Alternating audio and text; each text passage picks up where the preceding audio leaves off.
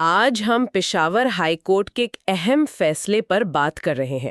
فرمان حسین بنام ریاست، یہ ضمانت بعد از گرفتاری کا معاملہ ہے۔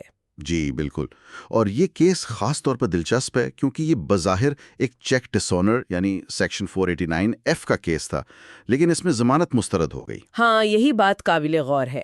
عام طور پر ایسے کیسز میں ضمانت مل جاتی ہے، تو آئیے سمجھتے ہیں کہ اس کیس میں ایسا کیا خاص تھا۔ بالکل، دیکھیں اس میں صرف 489 نہیں ہے بلکہ دھوکہ دہی اور خاص طور پر امانت میں خیانت یعنی بریچ آف ٹرسٹ کا پہلو بہت اہم ہے۔ اچھا، تو پس منظر کیا تھا؟ کیس کیا ہے اصل میں؟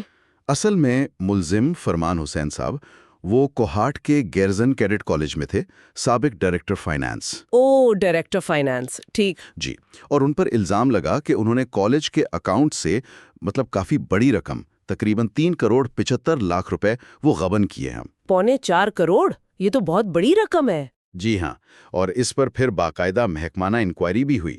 اس میں وہ قصوروار پائے گئے اور انہیں نوکری سے بھی نکال دیا گیا۔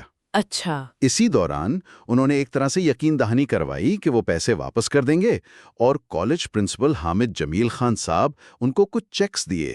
ٹھیک ہے۔ پھر کیا ہوا؟ پھر یہ ہوا کہ ان چیکس میں سے جو پہلا چیک تھا 50 لاکھ روپے کا، وہ جب بینک میں لگایا تو ظاہر ہے ناکافی فنڈز کی وجہ سے باؤنس ہو گیا۔ اوہو۔ جی، اور بظاہر جب پولیس نے فوراً کاروائی نہیں کی تو پرنسپل صاحب نے پھر عدالت سے رجوع کیا۔ وہ جو سیکشن 22A CRPC ہے نا؟ جی، جس کے تحت عدالت پولیس کو FIR کا حکم دے سکتی ہے۔ بالکل، تو اس کے تحت پھر FIR درج ہوئی۔ تو اب آ گئی بات ضمانت کی۔ ملزم یعنی فرمان حسین صاحب، ان کے وکیل نے کیا دلائل دیے؟ دیکھیں، ان کے وکیل کا موقف تو کافی سیدھا سادہ تھا۔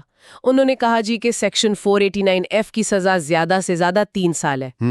اور عام طور پر ایسے جرائم میں ضمانت دے دی جاتی ہے، قانون یہی کہتا ہے۔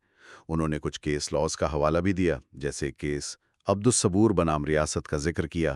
یعنی ٹیکنیکلی بنیادوں پر تو ضمانت بنتی تھی ان کے مطابق؟ جی، ان کے مطابق تو بنتی تھی، لیکن دوسری طرف سرکاری وکیل تھے اور شکایت کنندہ یعنی پرنسپل صاحب کے وکیل، انہوں نے بہت سخت مخالفت کی۔ اچھا، ان کا کیا کہنا تھا؟ ان کا موقف یہ تھا کہ جناب یہ صرف ایک چیک باؤنس ہونے کا سادہ معاملہ نہیں ہے۔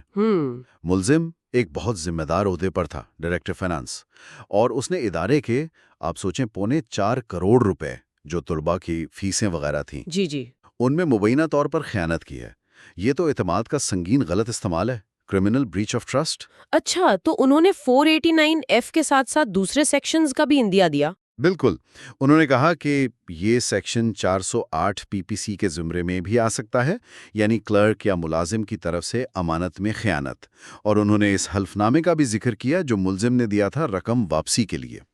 تو ایک طرف کم سزا والا جرم، دوسری طرف اتنا سنگین الزام، عہدے کا غلط استعمال اور اتنی بڑی رقم۔ عدالت نے پھر اس معاملے کو کیسے دیکھا؟ یہی اس کیس کا سب سے دلچسپ پہلو ہے۔ عدالت نے مانا کہ ہاں 489F کی سزا کم ہے اور عام طور پر ضمانت دی جاتی ہے، یہ اصول ہے۔ جی، لیکن عدالت نے فوراً واضح کیا کہ ضمانت دینا یا نہ دینا یہ ہمیشہ عدالت کی ثوابدید یعنی ڈسکریشن ہوتی ہے۔ اچھا۔ کم سزا کا مطلب یہ نہیں کہ ضمانت لازمی ملے گی، ہر کیس کو اس کے اپنے حقائق کی روشنی میں دیکھنا ہوتا ہے۔ سپریم کورٹ کے بھی حوالے دیے، جیسے افضال احمد بنام ریاست کا کیس۔ تو اس کیس کے منفرد حقائق کیا تھے عدالت کی نظر میں؟ عدالت نے کہا دیکھیں یہ کوئی عام آدمی نہیں ہے، یہ ادارے کا ڈائریکٹر فائنانس تھا۔ دوسرا، غبن کی جو مبینہ رقم ہے وہ بہت بڑی ہے، 4.25 کروڑ۔ جی بالکل۔ تیسرا، آپ نے پیسے واپس کرنے کا وعدہ کیا، چیک دیا اور پہلا ہی چیک باؤنس ہو گیا۔ یہ سب چیزیں مل کر معاملے کو بہت سنگین بناتی ہیں۔ یعنی عدالت نے صرف چیک باؤنس ہونے کو نہیں دیکھا، بلکہ جو اعتماد توڑا گیا تھا، بریچ آف ٹرسٹ، اس کو زیادہ وزن دیا، خاص طور پر عہدے کی وجہ سے۔ بالکل درست۔ عدالت کی نظر میں یہ اپنے عہدے کا غلط استعمال کرتے ہوئے سنگین کرمنل بریچ آف ٹرسٹ کا معاملہ تھا۔ انہوں نے یہ بھی نوٹ کیا کہ شکایت کنندہ کی طرف سے کوئی بدنیتی یا مالافائٹ کا ثبوت نہیں ہے۔